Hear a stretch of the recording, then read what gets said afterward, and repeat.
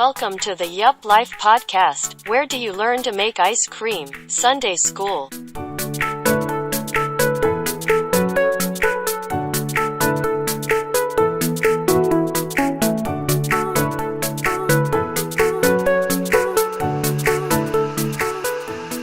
So here we are.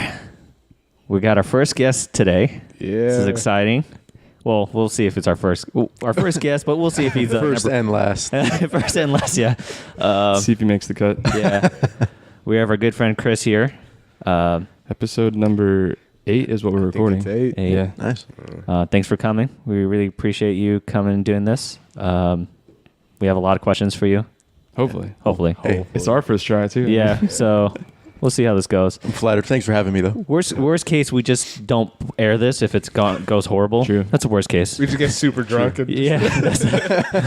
Or we can just edit out like Should we everything. talk about rescheduling it now? Yeah. Speaking of drunk, I think I am still hung over. Oh, God. So my voice sounds a little raspy. Sorry about that. Living that yuppie life, dude. Making bad, horrible life choices. Should we say what the drink of the episode is? Yeah, Oh. so Chris, we always start with the drink. We try to change it up so we experience things. We let other people experience things too. Nice. I know Tito's is tried and true for all of us. Oh, yeah. We've had Very many, much so. many long nights with it. No complaints. Handmade corn vodka, not potatoes. So it is gluten-free for those out there that Ooh, are celiacs or whatever. it's my diet. So yeah, we got Tito's and soda with some lime. The good thing about Tito's, it's made here in the USA, Texas, isn't Damn. it? Yeah, Texas. Texas.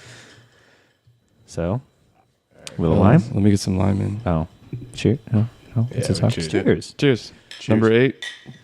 First interview here. So, Chris, What's up? we want to know about you. What do you do? So I am a 28-year-old male working in a mortgage beautiful company. male. Yes. Yeah, just been around mortgages pretty much my whole professional life. So I'm in the ins and outs of debt management and, yeah, just making people live the dream. Let's get the background, like Yeah. where you grew up, where Okay. you were born, Kind where of, you started. yeah, kind of what led you to what we call the yup life. Yeah. Oh, let's. You know, being, The first question I think is what is your definition of a yuppie? maybe there you go. Yeah, If I was like, Chris, you're a yuppie, what would you think? You got a goal in mind. You're young. You're not just living day to day just to do anything. You're going towards a certain goal, and you're just a determined individual. I definitely think that's what a yuppie is. Okay. So I think the stereotypical is someone who's lavish, has a lot of money, lives in a high-rise apartment in New York City. Right. That was like kind of coined in the 80s as the term of a yuppie. The literal acronym is Young Urban Professional. Okay. So all of us here living in a metropolitan city, young, I would say, late 20s, mid 20s, you know, professionals, we're technically yuppies in the literal sense. So we're kind of here to break that stereotype and let people know that a yuppie is like someone who's a little more real with their money and a little more serious about their jobs. So We wouldn't mind driving Ferraris and being lavish. yeah. So yeah, start with just give us your background. All right. Yeah. Background. Born and raised here in Arizona. Actually, born in Tucson. Oh, no way. Yeah. I'm sorry. A lot of people don't know that about me. That is like it is a weird thing. Just going to ASU. I grew up primarily in the Valley, up in Scottsdale, Arizona. Here, elementary, middle school, high school, all here. Family didn't move too much. Just grew up in a pretty much Catholic family type. One older sister, 2 older brothers. I am the youngest. I am the baby of the family. Nice. So there was a lot of maybe like coddling towards a younger person, and I think maybe that's why I have that maybe yuppie type lifestyle. I feel like I can be determined towards a goal. I'm not one to make not that I don't make that not calculated risk. You know, there's always that calculation that needs to be taking place. But yeah, so always a solid student, I guess. You know, went to that engineering school as you guys did. So At Arizona State. at Arizona State University. One of the things I find very, very fascinating about you is that you did go to school for engineering and your master's, Right. but you don't do engineering. I don't do engineering. Talk about calculated risk. Yeah. True. Yeah, yeah. But like, let me dive into that a little bit. So yeah, I went to school. I had that goal in mind. I wanted to become an engineer. But I think at that time, because I graduated high school in 2008, I graduated my undergrad in 2012. That's kind of when the market was down. Oh, okay. There wasn't a lot of jobs out there. So good point. at that point in time, I was kind of like taking anything that was thrown my way for employment. Okay. Because I was, out on my own. A lot at that time was you're willing to take an internship. It's not solid. Maybe you're here for the summer or whatnot. I've had my fair share of internships, but I was kind of desperate for a job at that point. And reached out to my buddy. He's like, yeah, we're hiring. My boss right now was his boss then. And he's like, do you know anyone that you can refer? He told him about me and got an interview. He liked the engineering, like very detail oriented, got the math background, stuff like that. And he liked that about me. And he saw that I was determined, I guess. And, just history ever since. Gotcha. What's the position that he hired you for? So I am a production partner for him. So he is a loan officer. Just, he's out there getting his own production. He builds his pipeline. He closes deals. And, loan officer is commission. So you're out there making sales, getting people homes, getting them to the home that they want. And Playing golf with them, trying to get the sale. he's not like that, but yes, a lot of them do that. And having a production partner, you're out there getting deals while you have someone doing pretty much the legwork of the loan. So that's currently where I am right now. I do the legwork of the loan. You could ask me about like what needs, how you could get qualified and stuff like that. So he's just the face. he's the face. Definitely, he is the face. Like I'm on a sales team and his name is on first, Right. So He gets all the glory, but you get all the work. yes. He gets the thank you letters and stuff like that. But there's some people that throw my name in that thank you note. I still have yet to do that. So for people who don't know, I did get a loan through Chris and his company, and he hit me up a while ago to write like a review about their, how the process went, and I still haven't done it yet. But like nothing but good reviews, obviously, because like having someone like doing your mortgage, it was so easy. Just like, I have a question, like, yo, Chris, like, when can I close on this rate? I'll just shoot him a text and he can text me back. But That has to be like the toughest part, I think, when trying to go find a house. It's like, what do I do? Where do I go? And I think we're kind of spoiled by just having you as a buddy. All right, True. I appreciate it. yeah, because being young like this, it's like, I mean, we're not too young anymore, but trying to buy your first house is daunting. I bet. Right. Finding houses, picking a realtor, picking a lender, getting like your title company, getting your insurance. When I was buying a house, it was a daily thing of emails and phone calls for weeks. And I was like, this is overwhelming. I have no idea what I'm doing, but I'm hoping these people that I picked to help me actually help me and are looking out for my best interest and not just trying to take my money. Yeah. So, because they're in business too to like make money, and you would hope that they're doing it in your best interest. Mm-hmm. But Yeah, it's tough. That just gives me anxiety, and I haven't even looked for a house yet. Like, it's something big, to even think about. Like it almost is exhausting to think about. right. Because you need to get that area right. You need to get your budget right. You need to get all your finances in line. Don't go in there blind. That is the dumbest thing you could possibly do. There's a lot of people coming to me as their first step. I'm like, oh, what can I qualify for? You should pretty much have a good idea what you should qualify for before even talking to me. How do you figure that out, though? So you know what your income is. You know your income is after taxes. So when you're getting qualified for a loan, as a lender, we look at your gross income. That's before taxes. Mm-hmm. So, right now for Fannie Mae loan, we could go up to 50% DTI. There's a lot of things that could change that number, but let's say 50% debt to income ratio. Okay. That's gross income. So you might pull in $5,000 gross, but after taxes, after your 401k and stuff like that, you might be raking in $2,000 a month. Do you want to have a $1,500 payment? That makes sense. You know what I'm saying? Yeah. Because 1,500, that's not 50% of 5,000. You could go up to 2,500. You're qualifying. Oh, okay. You see what I'm saying? That makes You a lot got of car sense. payments. You got your cell phone. You got utilities. Yeah. So typically you qualify for more than you should probably Right. spend. And that 50% DTI benchmark is kind of there to, work in those other debts that you might have, debts that we're not seeing. The only debts that we're hitting you for are things that you're obligated to make payments on. Like car payments, car loans, student loans. loans, any installment loans, stuff like that. But we're not seeing your cell phone bill. We're not seeing your utilities, anything like that. Like my alcohol. Your Netflix, spending limit, your Netflix not- subscriptions. the Pornhub, I guess. So, are you doing that premium membership? Let me know if it works out. Can't give you guys my password.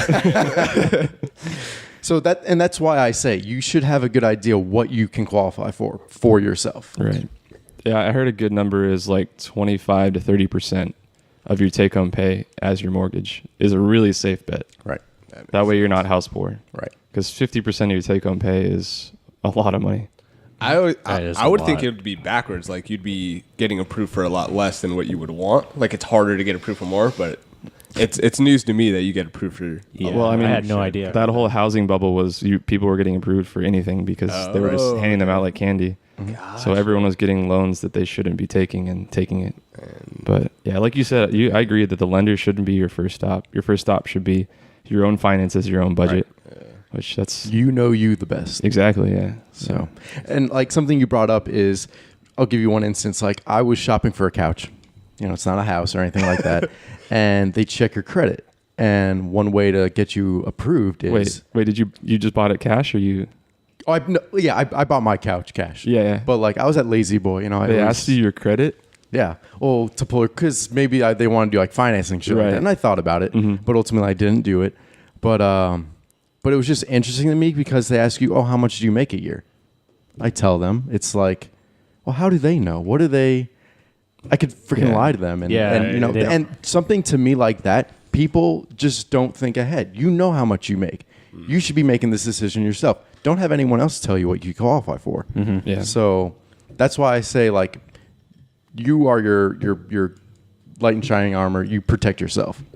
That True. makes sense. But nobody does that. They just act on, I want this now, Impulse. and I can, I can buy this.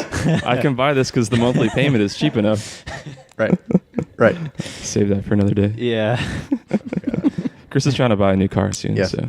I have that impulse for myself, but I know what I can afford. Right. I'm in a comfortable space. Yeah. So Yeah. it's like, You don't go to the dealer and you're like, hey, they're like, you can buy this brand new car for $450 a month. Right. For 7 years. Right. You don't know that. They're like, oh, I can afford $450 a month, but you should know before going into it that Exactly. you can afford it or not. Mm-hmm.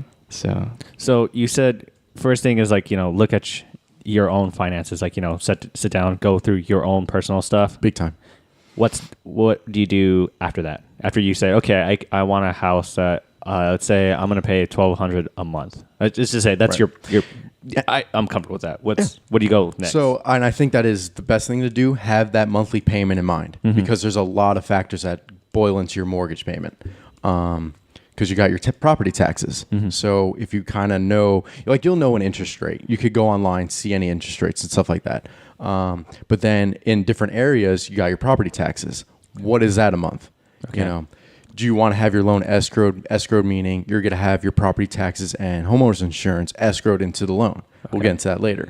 So with your property taxes, if it's escrowed, a lender will collect a monthly due of it. Okay. So here in Maricopa County, we collect twice a year. Okay. So how a lender will do it, will break up, your annual property tax premium divided by 12. You make that, gets tacked onto your principal and interest.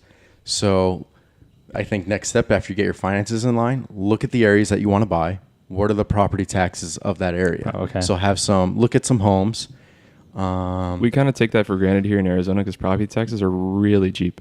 I think I pay $1,200 or $1,300 in a year. Okay. And I've got family in Chicago that's paying $6,000, $7,000, $8,000 a Holy year. crap. Right. Yeah, so that's like half a mortgage in itself just in taxes. Wow. So I mean, maybe everyone here isn't listening that isn't in Arizona, but like you really got to think about taxes too. Like just having a mortgage isn't all that it's cracked up to be. It's more than that. I would never have thought about that, honestly. And don't think it's city. It's like state to state. There's a big jumps here in even in the valley. True. So we got here in Tempe, South Scottsdale's pretty good. North Scottsdale, it's actually it jumps up. Yeah, that might have values contributing to that fact, but just because of your valuation is a big contributing factor to your property taxes. It's like what lot size and how much the house is worth. Right. So when you go up to like North Scottsdale, the lot sizes are greater, and meaning your property taxes most likely will be more. So you pay this to The county. The county. Okay, so it's not like city. It's or like you're saying Scottsdale and stuff like that, but you're paying the county. Yep. Yeah. Okay. And it's not broken up by like, I guess like neighborhood. It could be literally this house is a different property tax than the one right next door. Exactly. Right. Okay. Oh wow. Like Gilbert, crazy. their property taxes are probably a little bit more than what you would see in Tempe. Gotcha. And stuff like that. So next step after finances is look for an area and, see if you can afford living in that area. Mm-hmm. Property taxes never occurred to me. I never looked for buying a house, but I would have just like, oh, okay, this is how much it's going to cost. Okay, great. That's what it's going to be this much a month. Okay. And then but I would not have considered that stuff. Maybe you should listen to this podcast.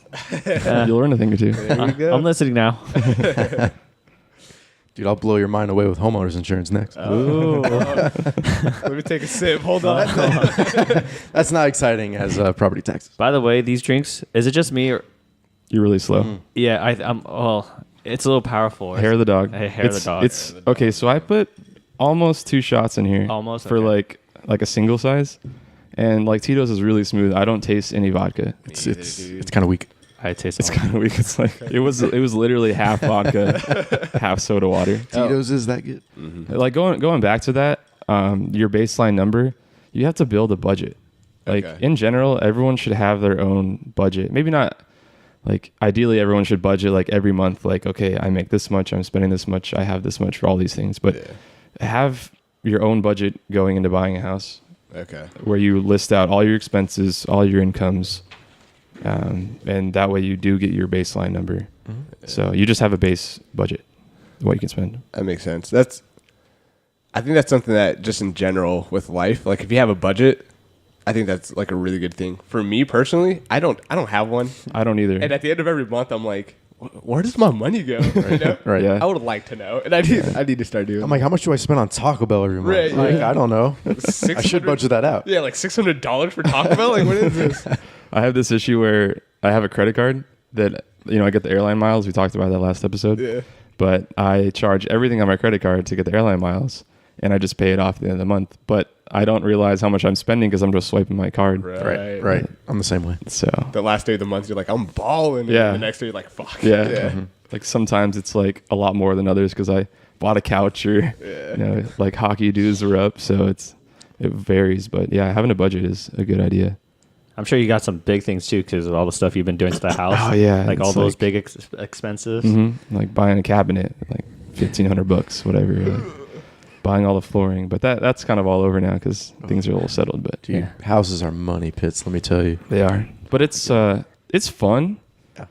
And it's a lot of work. You live in it every day. Yeah. So true. you want to make it nice because you see it every day. You don't want to walk in the door and be like, I'm sick of living here. Right. I mean, it's So- pretty rewarding. It is. Especially since you did all of this pretty much. Right. Yeah. So it's like the I fruits, saw the fruits what- of your labor. I saw what this house looked like before. Holy shit. Yeah. Like, I came to look at this house like 3 or 4 times just to try to like convince myself to buy it. I was like, this is like borderline a crack house. Right. Jesus. I think what made it, and not to take anything away from you, like what it made it easier, it was kind of gutted in a sense. Like the kitchen was kind of already Yeah, I didn't have to do any demo.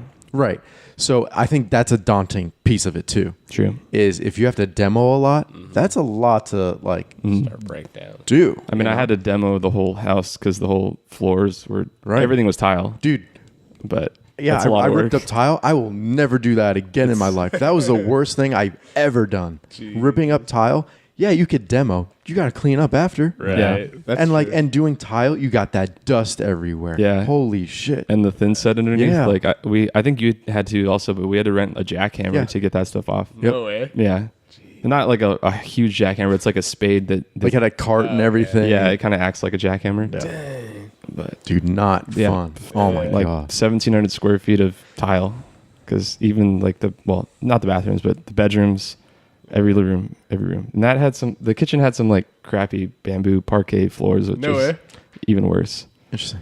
So, Yeah, I think it's even scarier kind of if it's already gutted though. Like you go and buy a house that's pretty messed up. You're like, oh crap. yeah. I would love to buy like a completely gutted house. Yeah. Like give me concrete floors, Yeah. nothing on the wall, Let me no do that. cabinets. Right.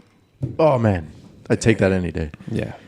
But it was cool because I basically moved into a new house because I did everything. You did, I will say, a very good job with the house. Thank you. Yeah, like it. I was so like when I first saw it too, I was like, holy crap. You're like, Joey, did you do the right thing? When I was first buying it, I'm like, I don't even see the value or the outcome. Like, how can this place even look nice? Right.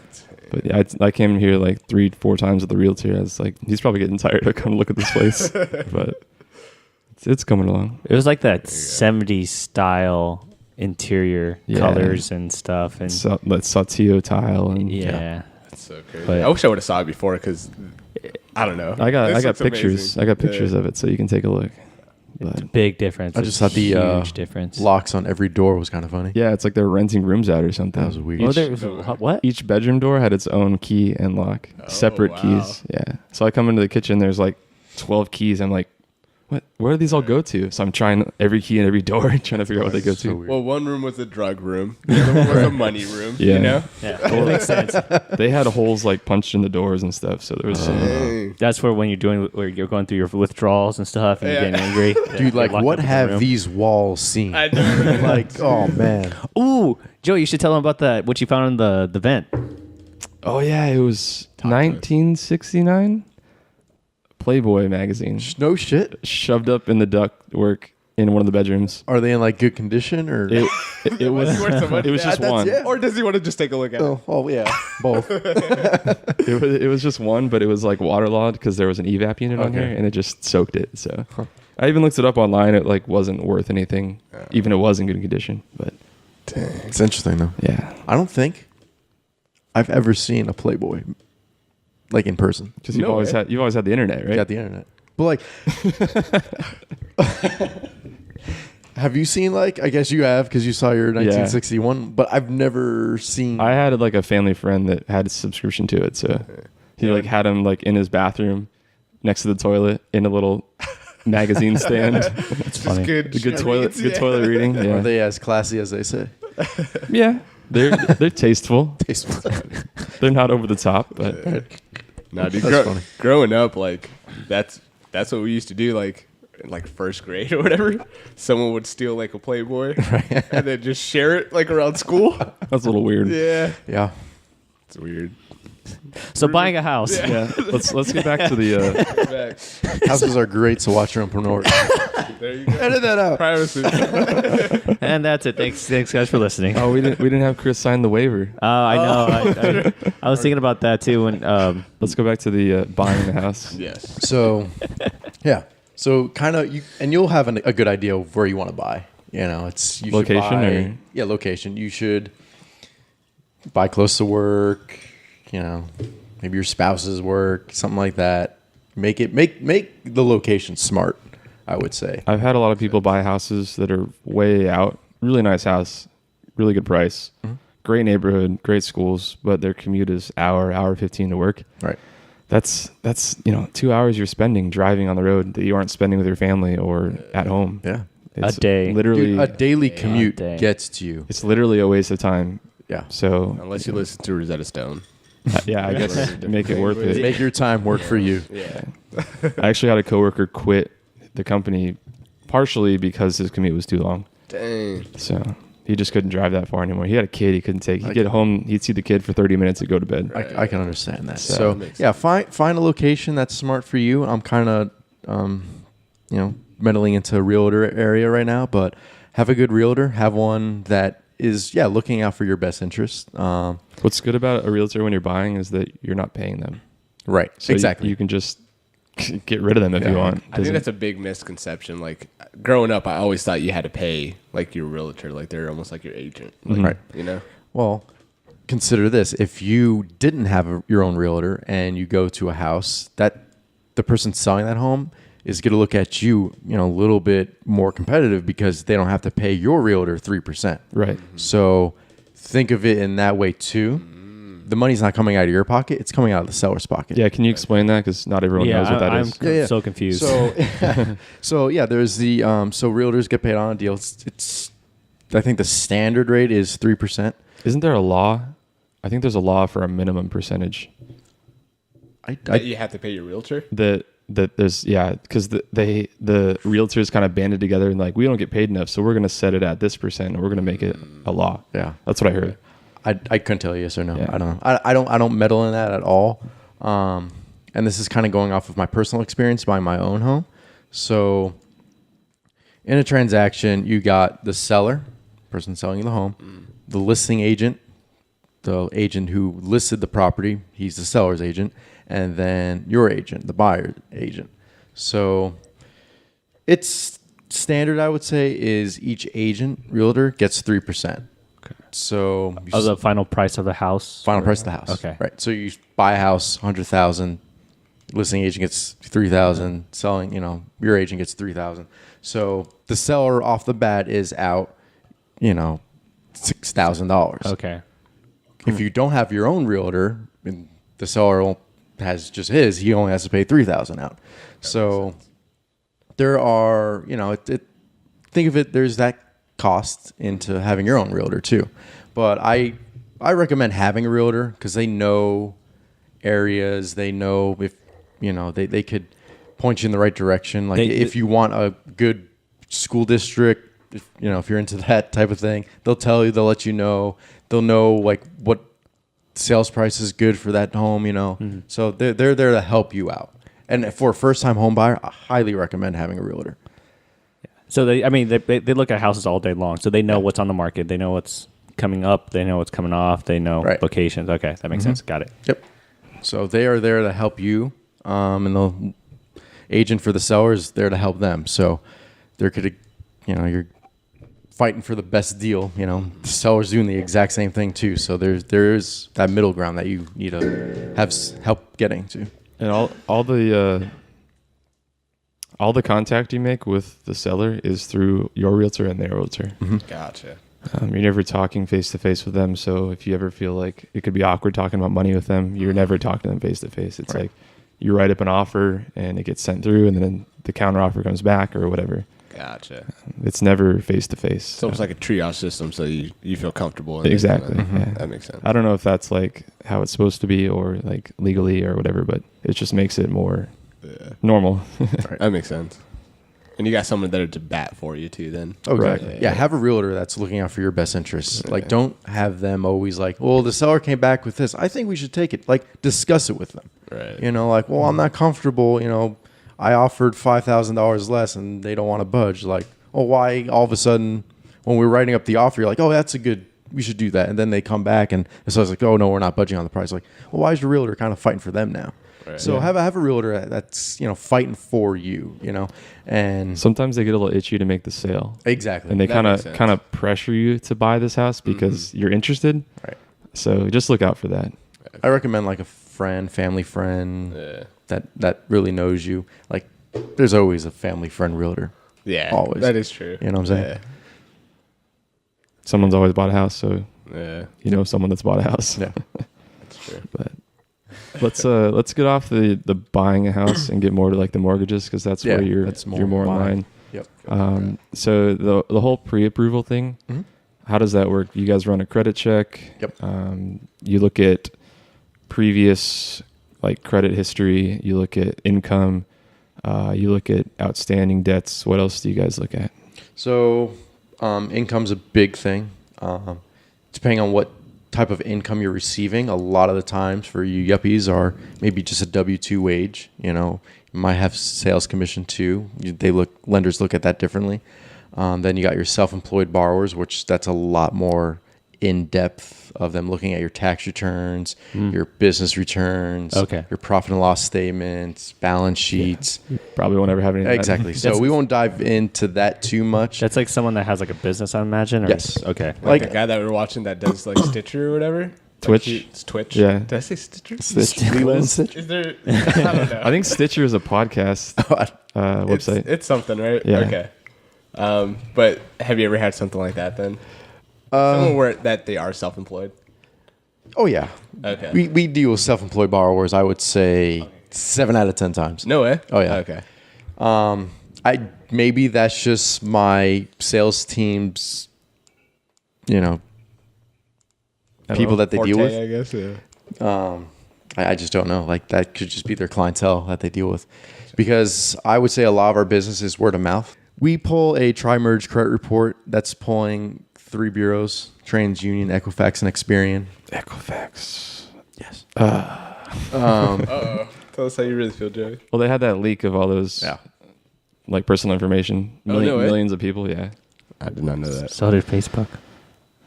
They didn't have a leak. It was they've been collecting data and someone found out that they've been doing it and exposed it. Oh, that's what it was. Oh. Dang. So, yeah, and so when a lender pulls your credit, that's what they call like a hard pull. It's you don't want too many of those on your credit, I guess. But Are soft checks like credit cards? Or yeah, like they'll when you do your Lazy Credit Boy. Karma, Lazy Boy, yeah.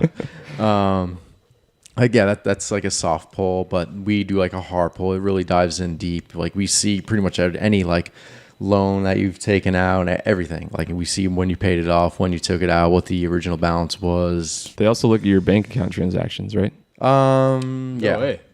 Yep. That's crazy. Yep. So if you're like cashing in $10,000 Right. every month, they're So like, we look for large deposits. So and speaking of deposits, I had a funny story when I was doing mine. So like Ruben lives here, he pays rent, but he pays me through Venmo. Right. Venmo, like the money transaction app. Yeah. And like pretty much every month I'll deposit, $700, $800, $900 because my girlfriend and I'll split groceries, or people will pay me for like meals that I bought. Like one time we went out for a Korean barbecue, it was a $600 tab. Right. We all split it, so I had $500 coming to me in Venmo. So I had these deposits from Venmo for $800-900 a month, and the person diving into it, what do they call them? Underwriters, yeah. They're like, what is this Venmo thing, and where's he getting this money? it was like an awkward conversation for me. I'm like, how do you not know what Venmo is? But I think it was kind of like in the beginning days of like when a lot of people use Venmo. Okay. You see it a lot now, though? We see it a lot now. Okay. Like so I had to explain it to her. I'm like, it's like a money sharing app. Like someone pays a bill and my friend just transfers money to him. It's because what she was thinking, does he have like another employer? Stuff like that. Okay. Because they really need to know where your income's coming from, or if it's a large deposit. Like you can't buy a house with cash if you're going through a lender.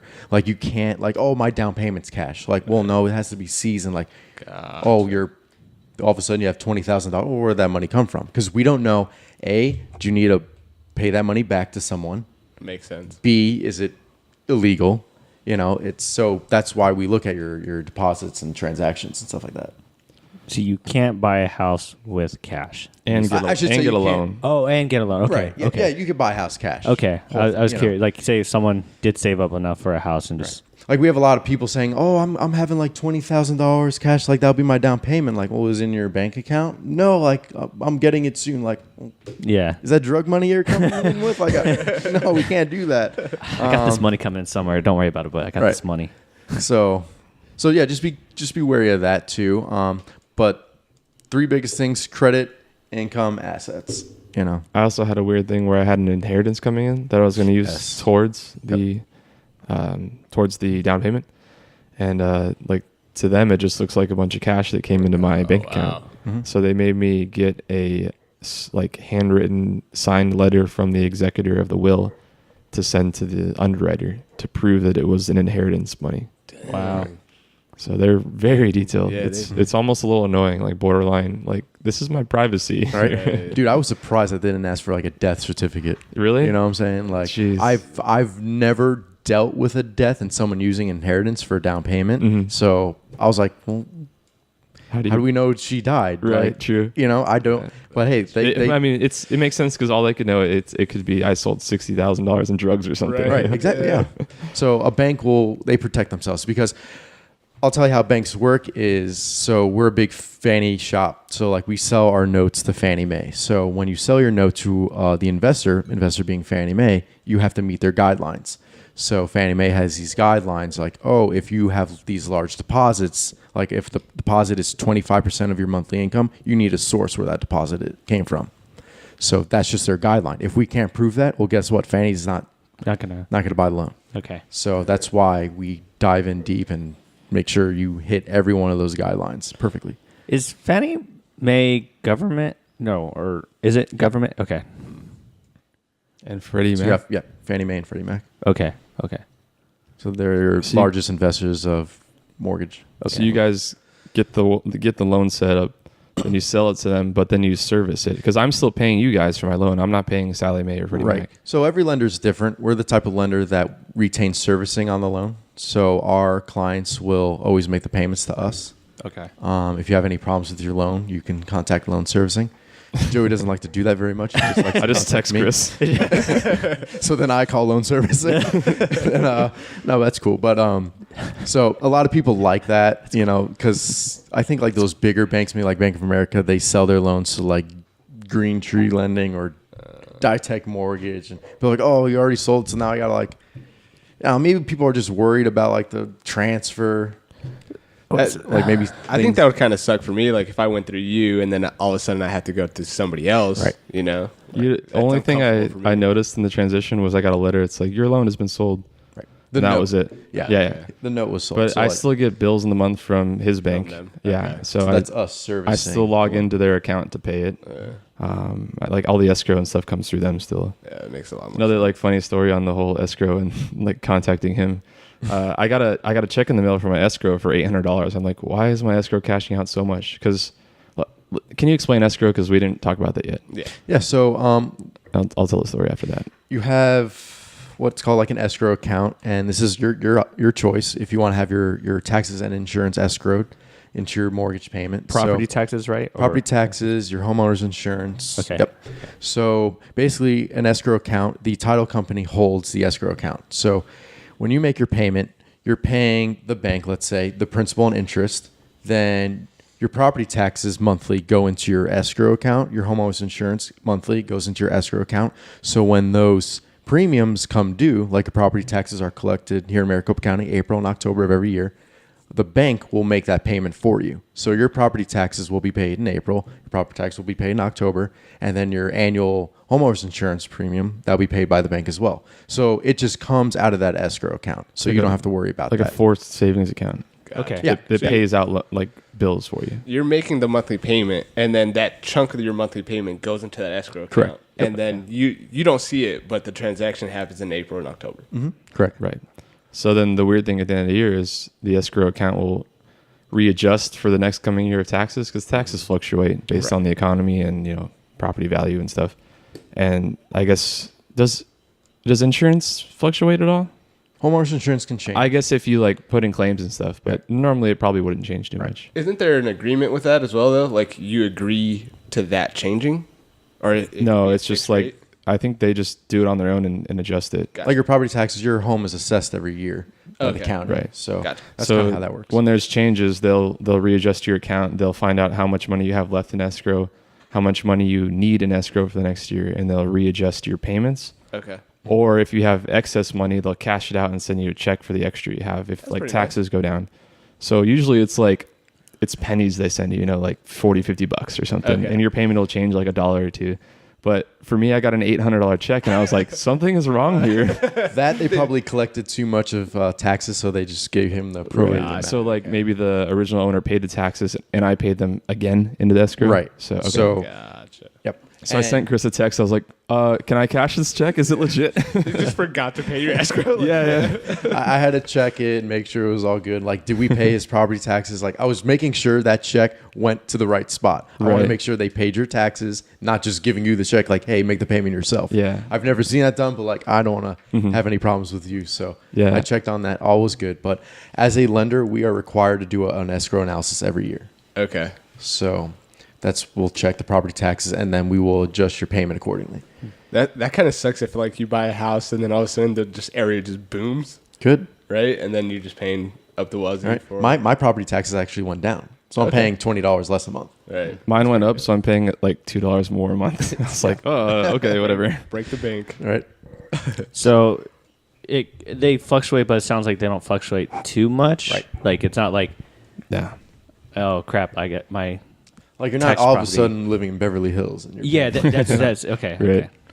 Unless for some reason Phoenix becomes like a New York, a Manhattan or something. and you could track your property tax history. You can track other people's property tax history. Maricopa assessors. Yeah. Public domain. It's all. Yeah, dude. You can see how much I bought my house for. You can see whose name is on the Yep. top of the deed. I checked all that stuff on Yeah. this house just in It's case. kind of weird. It's like some other owner, and I'm just like, Joey. like my dad owns it. And I'm just like renting out a room to you. Like I don't even pay any money. Dude, I'll tell you, like looking up how much someone bought a property for just makes you hate the seller even more. Yeah. Because I'm looking at who bought my house before me. I'm like, he bought it for that much? At I'm like, this year? Mother effers get to net all that money. Right. And here I am buying it way more than he bought it for.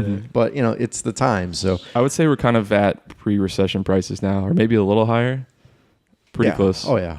We're, I think we're right there, actually. Yeah. Nice. So we're gonna fall down. Not necessarily. Bubbles always buzz, bro. I mean, it's not inflated, I would say. Okay. And we're not giving out subprime mortgages anymore. Right. I wouldn't think. I would hope not. Wasn't like before the recession? Weren't like the rates were like 0.5%? There was like something ridiculous, or How much? like 0.5 of a Oh, no, percent, no, no. or I think we're at like historic lows now. Or no? Okay. I don't think it's ever been lower than it was now. Is that true? Or 6 months ago, probably, yeah. well, yeah, okay. Yeah. But this kind of era. Dude, because I would have these old timers in my office saying, oh, when we had the 12% rates, we had people lining up at the door. In my mind, I'm like, why would people line up at a door to get a loan? And like 12%, that's effing high. Yeah, we're like sub 4% Yeah. for like a 15-year or something. Okay. Yeah. It's ridiculous. Like, Do you know what they were at like recession, pre-recession? because I got into the business probably around 2012, so they were pretty damn low. I think I got into the business when it was at its lowest. So like your third year was actually sub 4. Oh, really? Yeah. Okay. My friend, we did his loan. He's at 3.875, I want to say, for 30 year. I'm like, dude, don't sell the house. Yeah. That's almost free money. Yeah. It's ridiculous. Yeah. That's cool. Let's talk about, like, again, going back to the pre-approval, credit scores. I know it's like semi-important.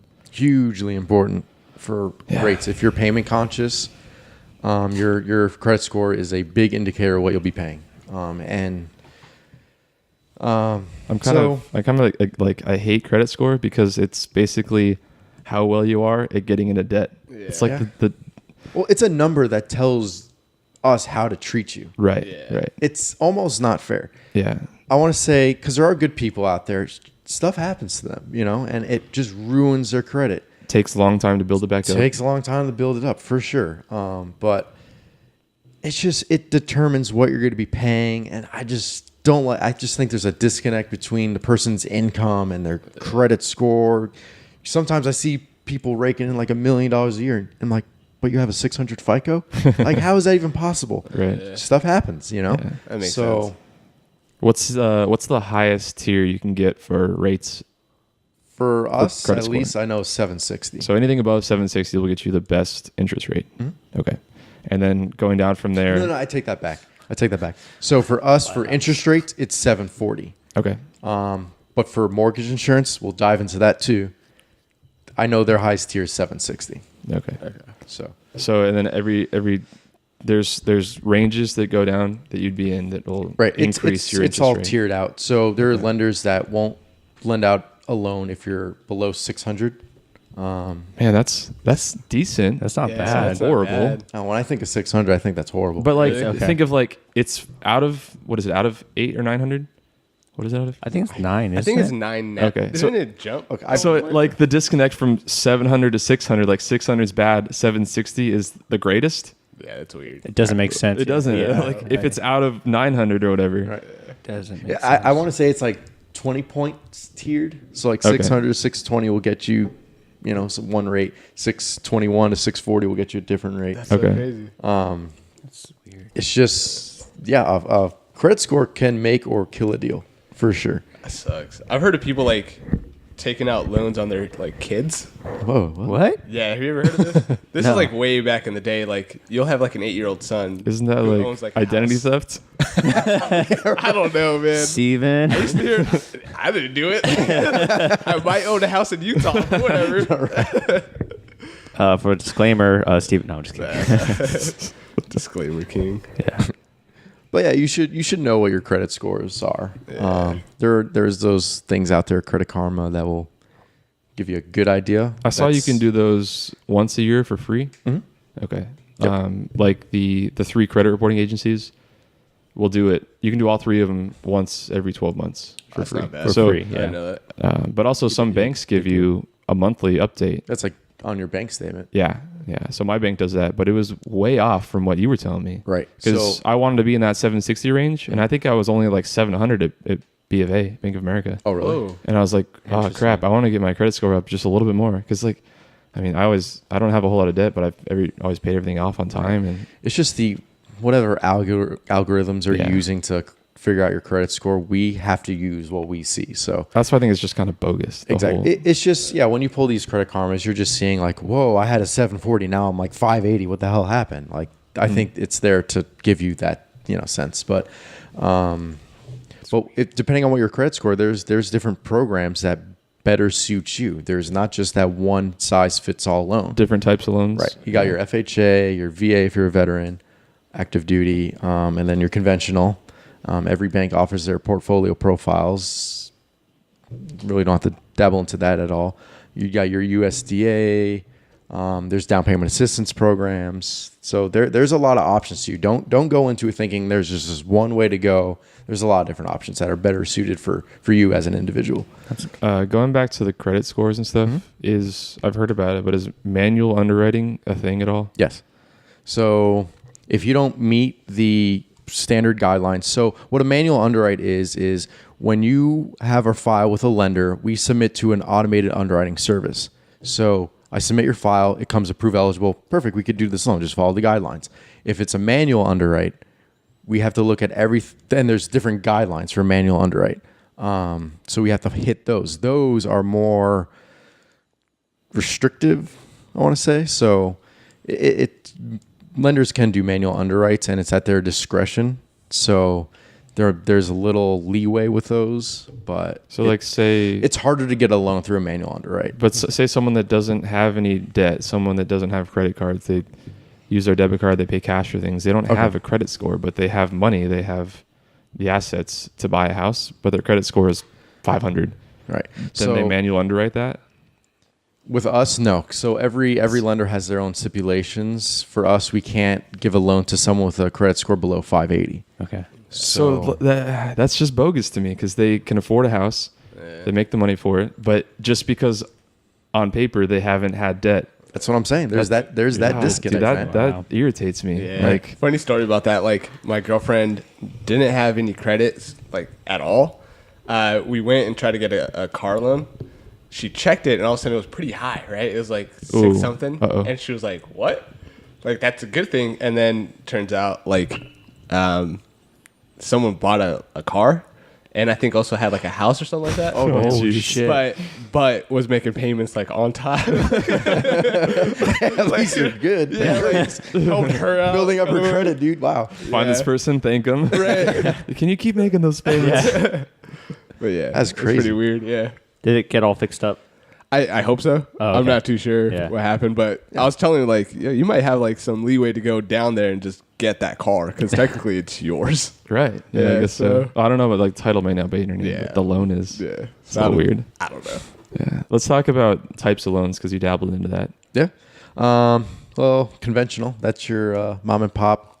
I would say we do that 99% of the time. And what are the terms you can get? Like there's 30-year. Yeah, There's so- 15-year. Yep. Is there a 20-year?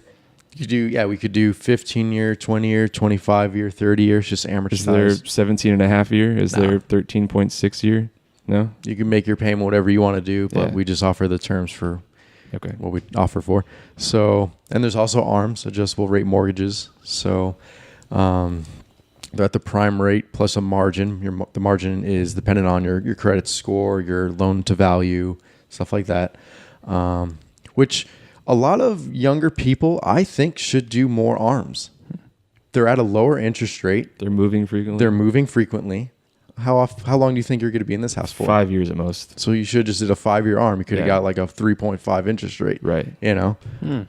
So but you need to know what you need to do with the house. And so are you going to rent it? If you're going to rent it, you're going to have that house. You're going to own that house for longer than 5 years, maybe 15 years. You know what I'm saying? So I think a lot of younger people should look at ARMs just because they do move so frequently. But yeah, we do 5-year ARMs, 7-year ARMs, 10-year ARMs, 15, 20, 25, and 30-year amortized mortgage. It stands for adjustable rate. Okay. Yep. So like if the interest rates start jumping up, your interest rate is also going to climb. Okay. But you're locked in for the 5-year. Like if you do a 5-year ARM, you're set at that rate for 5 years. Is usually the ARM rates lower? Is that why you would want to go that route? Because if you're only going to be there 5 years, then you go that. Right. Okay. You're kind of like playing the risk that. Right. Gotcha. Okay. So I'm gonna buy a house with the arms. Arms? 2 of them? Arm. Sorry. Buy a house with 2 arms. With an arm. The thing. disclaimer to all those people that only have 1 arm. We need to have you have 2 arms. I would say I'm going to buy this house. I'm going to live in it at a minute or 7 years, and after that, I'm going to bounce. Okay. I just say that's my plan. Mm-hmm. So I do that, and I go with that interest rate that's locked in for 7 years. Mm-hmm. Okay, 7 years comes up. You know what? I'm going to stay an extra year. Life happens, whatever. So that year, my interest rate might change, or it will change. It depends on what. Depending on what the market's doing at that time. Okay. So your rate's going to jump to what the prime rate is at that time. Okay. So in the past year and a half, it jumped up 1.25 points. Okay. For the first 3.5 years I've been doing this, the prime rate was at 3.5. Okay. It's now 4.75. Okay. So people who had ARMs did an ARM then, their rate is 3.5 plus whatever their margin was. If their loan is coming due now, after the 5-year term, let's say, now their prime rate's going to jump up 1.25 points. That's huge. That's a big, yeah. You know what I'm saying? It's okay. So there's that risk involved. Right. You start having kids, you don't want to move. Right. You're like, oh crap, I'm stuck in this ARM. But like for what rate you got, just do a 30-year. Have that security. Right. That's like I told you 5 years. I have no idea in 5 years. You don't know what's gonna happen. Yeah. Life happens. Yeah. It done. Yeah. Crazy stuff. So yeah, there's ARMs. There's fixed rates. FHA. I think FHA is more geared, Federal Housing Administration, so that's your government loan. That's more geared, I think, towards people with lower credit scores, just because their interest rates are lower. I shouldn't really say that too much because they're kind of up there with conventional rates right now. But I think the big money saver for FHA is their mortgage insurance. So when you don't have 20% equity in a home, you have to pay private mortgage insurance. So what is PMI? What is the point of it? Right. That just covers the bank. You're paying insurance for the bank. So if you can't make payments, we use whatever insurance that you're paying on the loan every month as a buffer to kind of pay us. So what's the kind of like average range? It's dependent. It's a rate of its own, and it's a rate of whatever your loan amount is. So the average house is like, I don't know, I think it's like 350,000 here in Arizona, in Phoenix. And average credit score are we talking like $500 a month? Are we talking like $20 a month? What's kind of a general number? So let's say you got like a $300,000 house. Your private mortgage insurance, if you have good credit, that's probably gonna be $200 a month. Wow. Okay. Right. That took the cough right out of it. Right, dude. It's people don't think about that. So that's an extra $200 that you're just throwing to the bank that isn't going into your equity. Nothing. Not going towards your taxes, not going towards your insurance, nothing. It's just nothing. It's there to protect the bank, not you. Right. So if you have like I have a hard time calling it insurance because you're paying insurance for someone else. It doesn't make any sense, but yeah. Get a loan somewhere else. Yeah. So that's for banks are like, come at me, bro. Right. I just hate the word insurance. It's like insurance is like Car insurance, you pay in case you run in something. Right. Homeowners insurance, in case your house burns down, you're paying. But like to pay someone else's insurance, it's like. Anyways, what are you I gonna was say? just to say, so that's for someone that has bad credit. No. Then If you don't have 20% equity in the 20. home. That's right. Okay. So sorry. when you're at a 80% loan to value, Mm-hmm. no mortgage insurance required. I got a stupid question since I really don't know anything. What is equity? So you have a $100,000 house Uh-huh. and you currently owe 80,000. Okay. You have 20% equity. Got it. So you sell the house for 100,000, you pay your $80,000 back, you have 20,000 cash. Like the percent of the house you actually own. Okay. Okay. That's the equity. Okay. So you're making your monthly payment. You're That gradually gaining equity every month. gotcha. Like I always would talk to my dad. I'm like, yo, like, do you have a lot of money in the bank? He's like, no, I'm equity rich. I'm like, what does he mean by that? That's hilarious. Like, oh, he owns the house free, free and clear. If he sells the house, he has all that cash. Got it. So that's equity. Okay. Okay. Yep. I call those my assets. Yeah. Got it. So back to FHA conventional. Mm-hmm. What are the minimum down payments you have to put on a house So FHA's 3.5% down. That's your of minimum. the house value or the loan value? So, Ooh, that's a good. I don't. Yeah. I always have to think about it. It's whichever is the higher of the two. Okay. It's just you said 3%. FHA's 3.5. So okay, so about 3.5% of what the house is worth, Right. or what your loan is. We didn't determine that. So it's what the house is worth, Well, I have to- basically. yeah. Okay. So- Generally, Okay. Bringing it back to that, did you say PMI? that's private. That's the private mortgage Yeah. insurance. PMI. You need to have a certain amount of equity, right? And we're talking about down payments. If you give a bigger down payment, you would have a bigger equity. Yes. Yeah. Exactly. Okay, so if you're able to give out a certain amount, then you don't have to pay that PMI, Correct. Right. 20%. which is usually a shit ton. Yeah. Isn't there like an assistance though to be able to like do that first down payment? I've heard of something like first time. There's Yeah, I've there's heard of down stuff like payment that. assistance programs Okay. that really wouldn't have any bearing on your mortgage insurance. Okay. So I know a lot of the down payment assistance programs that we can do. It's a max 5% grant. If you're a veteran, you can actually get another extra 1%. So, but if that's only 5% equity, right? You still have to have part of your mortgage insurance because it's less than the Gotcha. 20%, Gotcha. So you'd have to do 15%. right, of your own Cover money. that, Yeah. yeah. Do those down payment assistance programs have any implications? Yeah, so they are a higher cost loan, meaning that there's more closing costs involved in them. I know a lot of times they'll have like a funding fee, a compliance fee. Sometimes the bank will charge like a extra origination fee for them. So it's just do you have that down payment yourself right now? Maybe a down payment assistance program is better for you. It's free money. I will say they gotten worse over the years. They're just not as advantageous as they were before. So it's just an option that you just need to look at and make sure it's probably the best decision for you. Dang. So just hearing you say a bunch of fees, is there just like crazy amount of hidden fees? Yeah, let's Is talk just, about closing costs and Yeah. fees. So no hidden fees. That is okay. I think Illegal. that's a legal thing. Yeah. illegal. okay. Oh my God, dude. We have to, every cent has to be disclosed. To you. Right, It is okay. ridiculous. If you ever think that you're going to get like swindled one way or the other, it can't happen. You know what I'm saying? So yeah. So your closing costs is a large part of what the title company will charge. So you got your title fees, escrow fees, you got lender fees, which will be your underwriting and processing fees. Okay. And then I saw something like loan origination fees. loan and origination fees. Yeah. Jesus. Yeah. Just to type up the loan pretty much. There's points. all these fees that are incorporated. I remember getting something called initial disclosures, which the mortgage company or the title company sends them to you.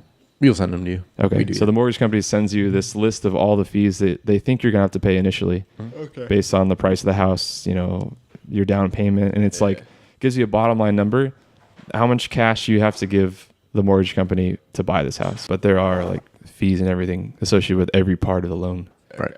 Yeah. So that is your initial loan estimate. So we're required to disclose that to you. It kind of breaks down everything, like your underwriting fees, processing fees, appraisal fee, credit card report fee, yada, yada, yada. You got your title fees. Appraisal fee? Yeah, appraisal fee is part of your closing costs. Sometimes lenders charge that upfront. Sometimes lenders charge it at closing. I think did I pay for? I don't remember.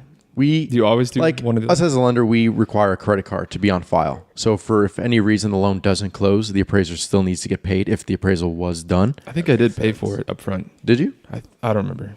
I don't know, we shouldn't have, but Oh, really? Okay. we got No, done. I'm thinking of my. I think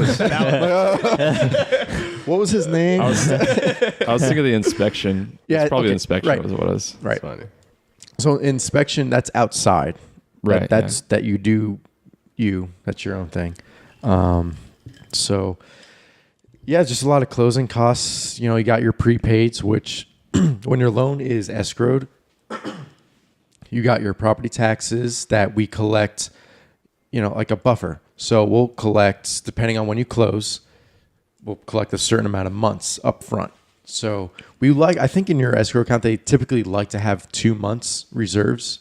So like if your property taxes are more the next year, there's stuff to cover that difference in cost, Same thing with your homeowner's insurance. When you buy a home, your homeowner's insurance provider wants a 1-year premium up front.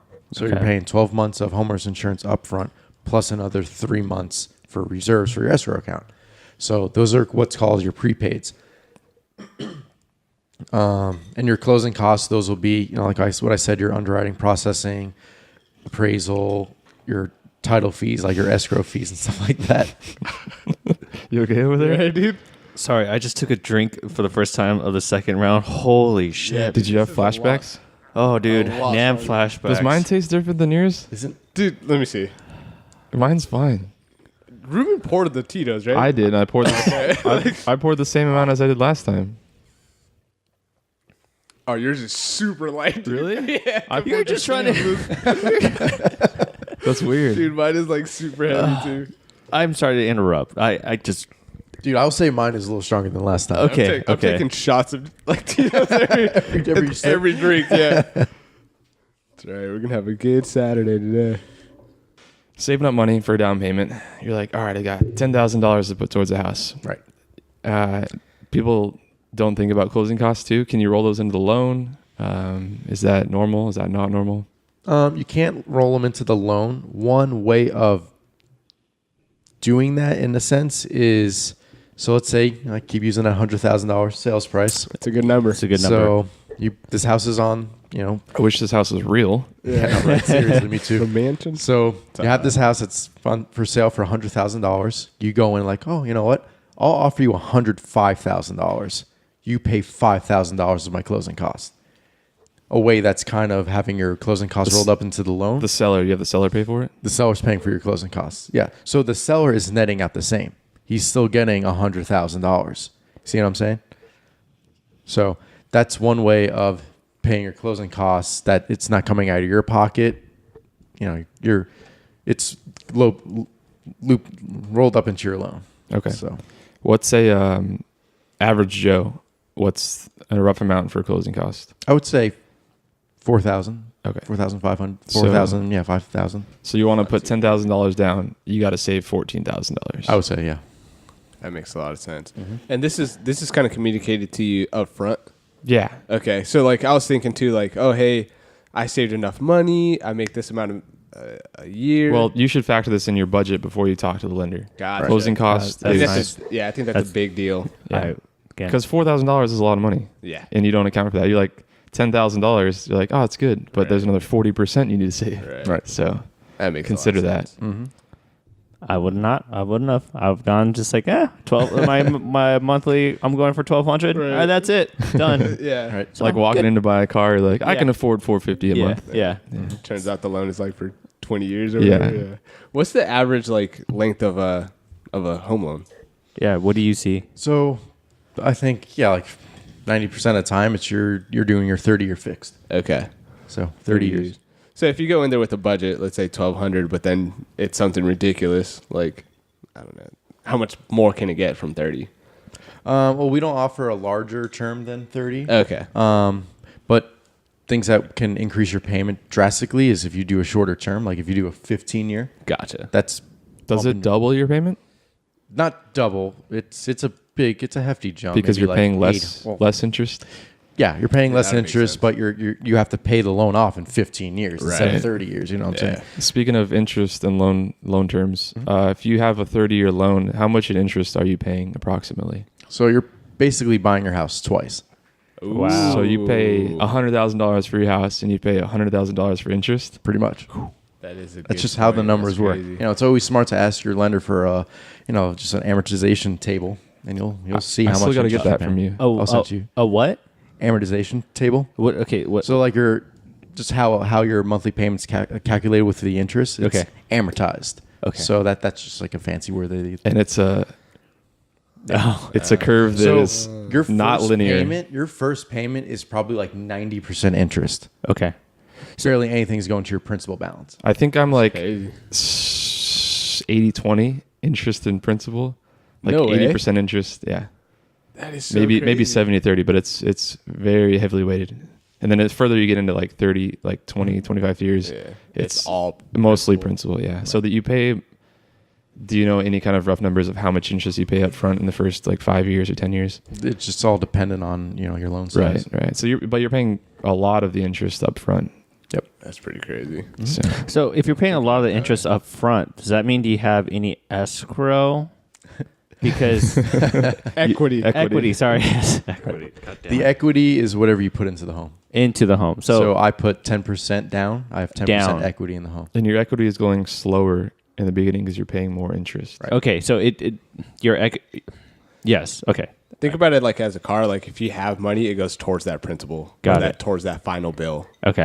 And Got then it. after that, your loan is how much. Yeah. If you had to say the right way to buy a house through getting a mortgage, obviously paying cash for a house is like Balling out. Number one. the right way to do it. But for the average person that can't afford a $350,000 house with cash, what's the right way to do it? Like what type of loan, how much down, what should you aim for your credit score, all that stuff. Kind of know where you're at financially. Like, what is your credit score? Because I think a big indicator of what your credit score will tell you is conventional loan best for you. So just kind of looking, it's all about your own finances. And a lender will definitely help you out. So a conventional is the better option because it's a lower cost loan. There are some costs associated with FHA. If you're a veteran, I would say always go VA. It's just make the smart decisions. If you have the 20% down, I would put the 20% down to avoid paying private mortgage insurance. Know what property taxes are right for you. Know what area is right for you. There's a lot of factors in buying a house. It's a research project. Big time. There's a lot that goes into it. Just be financially sound. Like have the assets ready to be there for you. And hey, you might buy a house. Hey, you might pay your own closing costs. Well, now you own a house. Shit can go wrong with it too. All right. So That's another thing we don't want put to all talk your about. money into like the loan process. That's step one. That's another thing we want. Step one. Yeah. That's another a thing we big wanted to step. ask. Like, so you pay your down payment, you pay your closing fees, you own this house.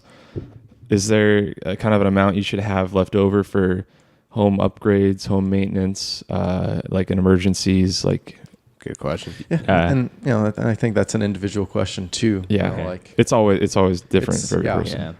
Yeah. I'm always an advocate for have that rainy day fund Right. for sure. So- like a lender, we're not going to penalize you because you don't. Yeah. Do they look at that? Like, you have $10,000 in your bank, you're gonna put down all that money. You're gonna have $0 in your bank. Do you guys look at that or no? We do. So that's what we call having reserves. Sometimes the guidelines will say, oh, you need to have 6 months reserves. That's pretty much for people who own multiple properties. Like if you have like maybe 2 homes, we want to see that you have 6 months reserves to make your payments for 6 months. So for the first time home buyer who's buying their first house, reserves aren't a big deal for us. It does make your file stronger. I know FHA kind of looks at your reserves too. If you have a lower FICO, they kind of want to see that you have reserves. Okay. When I say FICO, that's credit score. Okay. So, yeah, it's just be that strong buyer. if you're a strong buyer, you're going to be a strong borrower to a lender. Got it. So, what would you say to a yuppie like me, who I'm real scared, right, to buy a house, but I'm also personally I feel like I'm wasting my money on rent. What's your situation? So you're renting an apartment. Mm-hmm. It's like a 2-bedroom, or It's a 2-bedroom, and how many square feet? good question. I think it's around 1,000. Okay. What's the monthly payment, if you don't mind me asking? No, real close to 1,300. Okay. I want to say it's right below it, and then sometimes when I'm late, it's above it. Let me put this into perspective. I own, the bank owns the house, but Yes. I own a house that's, I think it's about 1,800 square feet. Mm-hmm. My mortgage is a little lower than 1,200 a month. Okay. So I'm paying less money than you to have a bigger house that I Yeah, own. house, yeah. Right. So That's a question I have for, I guess, all of you. What is the point at which you say, I'm tired of renting and giving someone money for to get no equity, and now I should buy a house? yeah, and for me, like just hearing all of this, and it sounds scary. You know what I mean? Like it's, I'm a little intimidated. Yeah, Yeah. from all of this, it's like holy shit. I'm so unprepared. yeah, and for me, just how we were talking about, like I like to have reserves. Yeah. So like just knowing I'm gonna have to put so much money down, Yeah. and like all this kind of stuff, it does kind of scare me, but just I guess I'm with you on that. you Yeah. know, That like, this- There's a lot of factors. It's a big Yeah. financial commitment for sure. definitely. But I mean, you guys have resources like Chris, like who have bought a house, who works in the mortgage industry. We can make it not scary for you guys. I was gonna say, yeah. We have resources. Yeah. Who's someone that doesn't have? Okay, someone that has zero go-tos. Where do you recommend them to go to, from you guys' experience and from your standpoint too? Like, you know, like someone that just really doesn't know anywhere. It's just a to lot of begin. research. Research. You know, like you got The- plenty of the tools internet. online. The internet, yeah. For sure. For those Amish people out there, just Build your own house. like realtors aren't dumb. They'll tell you what you need to know. Like because they've been through it so many times. Ask questions is what he's saying. Okay. Yeah, ask them questions, and they're aware of guidelines. You know, they're not as knowledgeable as a lender would be, but they've been through this fight before. Okay. You know, sometimes we have to fight to get someone qualified. When I see that we have to fight for someone to get qualified, I cringe. I'm like, should you be buying a house? But I'm not. You can't make that. I'm not. You Yeah, don't I make can't that make that decision. So they've been through it, and they're pretty much the first line that you're gonna walk to, and A realtor? yeah, they'll. And I heard, I don't know if this is true, but millennials, they're reaching out to lenders first. That's just what I heard. So I don't Okay. know where I heard it, so take it with a grain of salt. But I think it's kind of true. So if anyone's listening, you can message us and we'll send it off to Chris since They'll set you up with my info for sure. yeah. We We'll require a 1%. yeah. That is against the rest of the law. So We'll So talk I'm about saying we'll talk no. about I'm saying no. what we require is Referral fees? Is that what you're saying? That's can't give any referral fees. So. Damn government. we require you to have a friend subscribe and listen to us. That's all we require. There you go. So I know I just told you maybe reach out to a realtor because they'll help you with everything. Yeah. But if you want like the financial questions, ask a lender. That Okay. makes sense. Ask friends and family. Yeah. Yeah. Go on the internet. Right. Yeah. Now, realtors, I understand like they don't make their money until the deal's done, and they'll help you out throughout the thing. What about a lender? Is there any cost to talking to a lender? Like, hey, I don't know what I'm doing. Like, is there any consultation fees that come with that, or they just help you out? Free. At least we're free. Yeah. Okay. So yeah, it's get pre-qualified. It's I know you could do all your homework at home. But once you get pre-qualified, that's kind of solidifying the dream of owning a home. Like that's solidifying your situation. You know your credit score is, so now a lender knows what interest rate you're looking at, which helps them gear what your payment's going to be.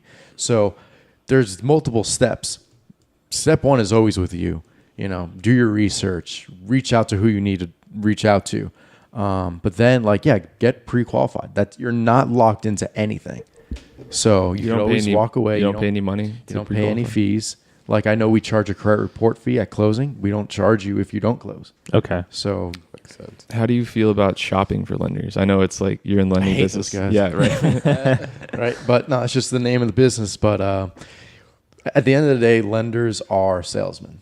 They are there to get your business. And in this great society that we live in, it's capitalism at its finest. There are people there wanting to earn your business. They will fight for your business. I didn't use my own employer for my mortgage loan. Why? Because another bank beat them.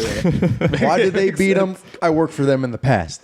But, you know. Should we, do we need to cut this out? Yeah. No, it's you know, a lender can only do so much. They can't promise you that something that they're not offering someone else. Yeah. So makes sense. shop your fees, lender fees. I want to say they are standard across the board, but there is that little difference. I know I kind of went back and forth with Joey that maybe I was like $40 more.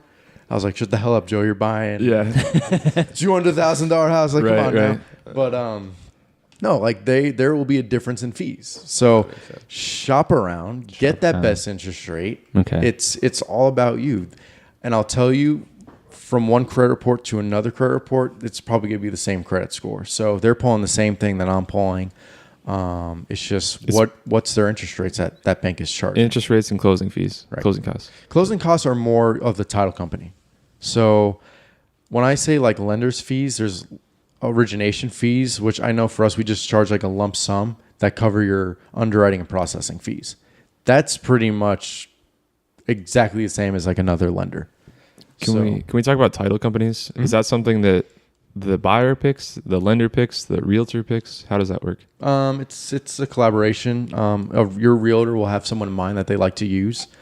As a lender, I could point you in a direction of a title company, whatever. But that's usually handled between you and the seller. Is it worth shopping for a title company too? Definitely. Okay. Those are things that you could shop for. Because I didn't do that. Right. I looked at that for you. The title company you're using, they were pretty competitive with their fees. Okay. And again, it's from one to another. It's pretty much the same. I'll say when you refinance, look into that for sure. Because a lender will always kind of pick their title company that they like to use. You maybe should shop around too. Because in a refinance, your title fees aren't as much as when you're purchasing a home. So I just, always shop around. You don't want to be out money that you don't need to be. Right. What does the title company do exactly?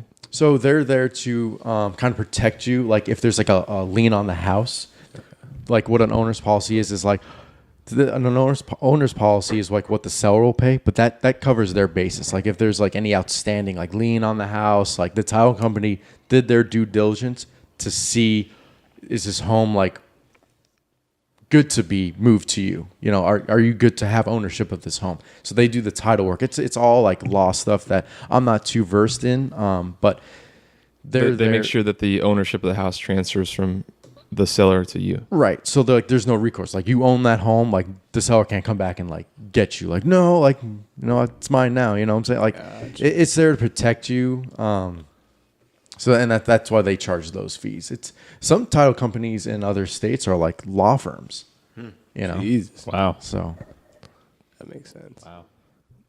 Yeah, Do you it's pretty guys crazy. have any like final questions about mortgages? I have a lot more, but I don't even know where to begin. I think I'm gonna have to.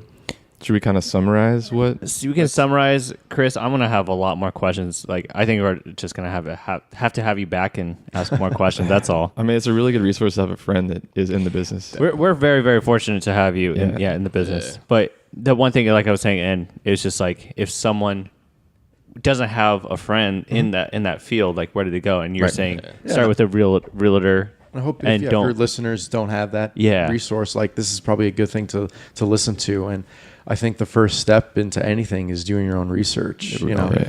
You know how much you could afford. I think that's a definite like yuppie type of thing too. Like I fucking do Yelp reviews on everything and like, Yeah. just, you know what I mean? Like just Yeah. review every. I almost do it to I overdo. Overanalyze? You know what I mean? Right. Like I can't go Right. eat anywhere now Right. unless I like, look at the Yelp reviews. This McDonald's has 3 reviews. Let's go to the other one. Yeah, like Let's go the other this one. ice cream machine actually works over here. Let's go there. Like it's pretty tough. My my boss has said it before, but a common thing that we have in engineering is called analysis paralysis. Yeah. So where you analyze so much, you're not getting anything done. That's So you're like paralyzed, but That's so funny. I get that. I get that a lot. yeah. So yeah, I think let's kind of like wrap and Yeah, summarize I, this. So I can kind of like break it down. Like, Yeah, in please. my everyday job, I'm just looking at three things: income, credit, assets. okay. If you are strong in all three, you're set. I think you're fine. Buy that house. You know, there's no better thing than home ownership. It's an investment that can really pay off in the end. Just, you know, have something that's yours. You know, when you rent, you know, you're paying someone else's mortgage. Yes. You know, and you're not making that home yours. that's the biggest problem and qualm I had about renting. I was like, I'm so tired of renting because I hate the color of this wall. I can't paint it. Oh my god, I had the same problem right now. Talk to your. I'm just kidding. It took us all a while. This bro moved into like a brand new house. Yeah. You could smell the carpet glue every time he went to bed. That's hilarious. This light is the wrong color. Can you get a new one for me? Thank you for taking me on, Joy. I really do. Thank you for taking me in. Under my wing. That's hilarious.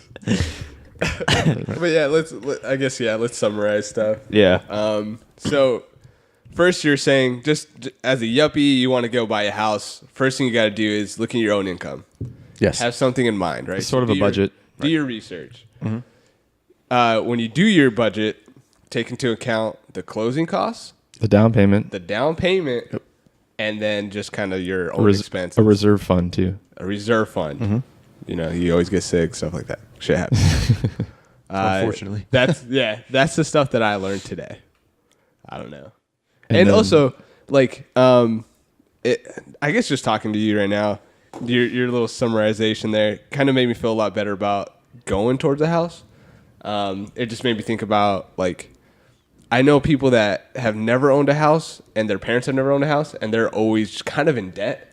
Right. And I always known other people that have their parents bought a house and now they're kind of set off. Like, their parents move, they own that house, they at least have some kind of income, some equity, like we said, An asset. basically. And there's levelers, bro. Sorry. And then it's awesome to be 70 years old and not have to pay rent. Yeah. Yeah, if I had to recommend, retiring without a mortgage is a big thing. That's a huge. Yeah, that's a big deal right there. I agree on that That one. is the goal. Yeah. But A 30-year loan is a long time, it is long. but you should own a home by then. Yeah. Technically, you'd be what? 50 Yeah, something? 50, 60 years old. Yeah. yeah. So, Set. but I would have to say that less millennials and yuppies are buying houses than previous generations. I don't know if that's a factor of student loans or housing prices or what it is, but That's why I have not bought anything because I don't want.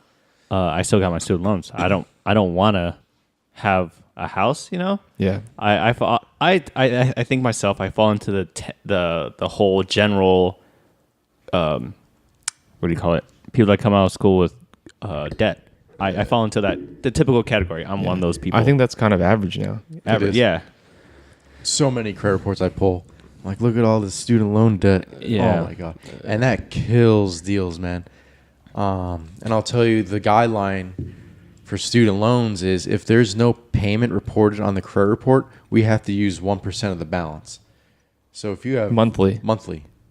wow, yeah, So if you have That's bad. $50,000, you're paying $500 a month, theoretically, Right, even if you're not making payments, right, you guys assume a payment. right. Okay. That's crazy. So that kills a lot of people. Like that's just a deal code. It used to be 5%. No Oh one with my student loans gosh. was qualifying. That's crazy.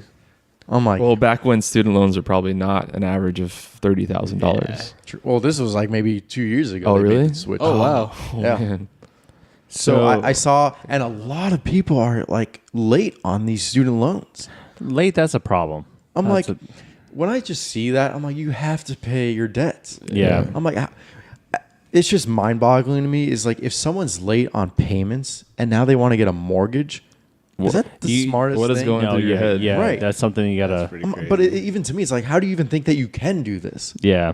It's just a killer. Common sense is it's a commodity these days. Yeah. Personally, don't judge me. I was late on one of Judging. my payments. So I had, it wasn't my fault though. I had fraud on my account. It's never your fault. I had fraud on my account, and like personally, I already know who I am. I already know my lifestyle. I will forget the first. Like on the first, I'm not sitting down doing like, oh, I need to pay this. Right. So I have everything in my life on automatic payment. Right. So then I had fraud on my account. I had to cancel those cards. I didn't have a card. Oh, So like, How'd you pay for it? yeah, like how the fuck am I Get gonna a pay for this? cashier's check? I don't Yeah, know. like so like shit happened to me where like I was late on one, but like I'm not typically late. Right. So also don't feel bad if you're late. You're good to go. dude, shit happens. I think I made one late payment in my whole Yeah. entire life. I called the bank the next day pleading. It was for my credit card bill. I'm like, no, please, Don't ruin no. my credit score. Right. They're like, don't worry. Like, we give you one late. I'm like, thanks. It's fine. I'm so sorry. It's um, funny. I think like we got a little technical there. It's good, a lot of info, but Yeah. really about this podcast, we just want to hear about your life as a Yeah. professional. So like, what do you? we got sidetracked it. No. I like to have these structured episodes where people can learn things like that. That was a very informative Yeah, hour and a dude. half that we Yeah. just. If anybody needs to know about like home loans, Hopefully. they could listen to this. Hopefully they do kind of get an listen. understanding. I hope so. of it. I think Yeah. like not no offense, but I didn't learn anything today. But I know you two learned a lot I learned what equity wow, is. Joey, that's good. Oh, yeah. because I've been through the process, so I struggled. Dude, through it, I'll man. even say I worked in the industry 4 years before I bought a house. After I bought a house, I'm way more versed on it. Yeah. Because like the daily, I'm just looking at a computer screen, dude. Like it's not real life for me. Right, it's just numbers. It's just numbers to me. You don't take it to heart. I don't take exactly. Yeah. But then I got tired. I'm like, why am I helping everyone else buy a house? I want to buy a house for me. That makes So sense. there are things, and I was smart, and I made sure to look out for certain things. I'm like, I need my credit score over 760. I need to have those reserves. I need to make sure I get closing costs and everything like that. So there's a lot of things that go into purchasing a home that don't come right to mind. And Gotcha.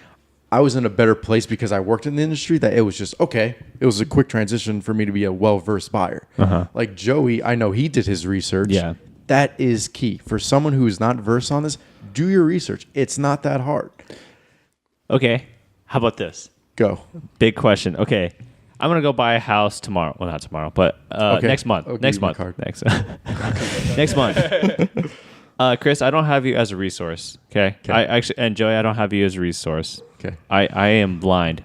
So Emotional support. no emotional support. I open up Google. You always say do self research. I open up Google. What do I type in? How to buy a house. Oh, wait. How to No. buy a house? No. I guess no.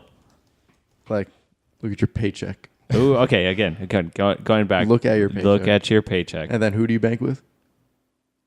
Personal information, bro. I don't like this. So, like, if you bank at Wells Fargo, pull up your Wells Fargo account. Okay. You know what I'm saying? Yeah. That's Here- what I would start with. So I literally typed in how to buy a house on Google. The first link is bankrate.com. That's a pretty reputable website. 6 simple steps to buying a house. Number 1, improve your credit score. Number 2, figure out what you can afford. We talked about that. 3, sound for down payment and closing costs. Boom. 4, build a healthy savings account.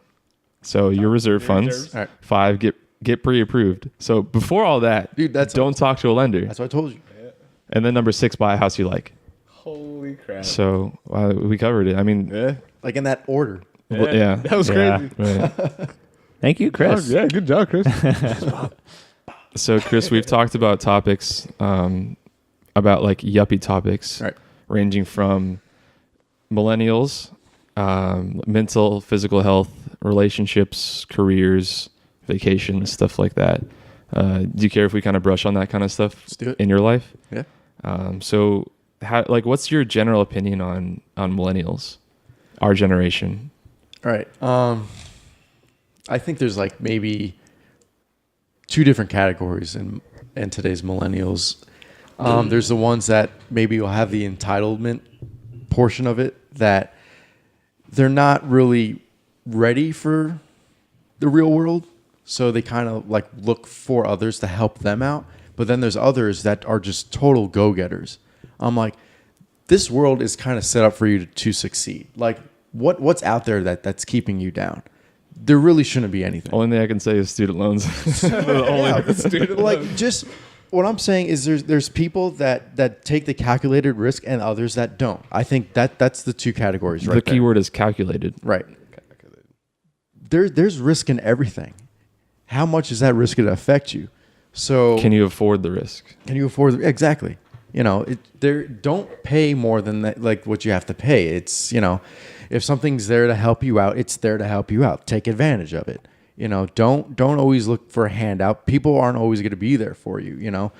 Just I don't know, millennials. I don't know if we just get a bad rap. It's just you're your own person. Make the right decisions. Yeah. We have so many resources at our fingertips. Exactly. Like anybody can be a great person. I was hanging out with a professor recently, our old teacher, now professor at a university, and we were talking about technology, how we have information at our fingertips. We have everything.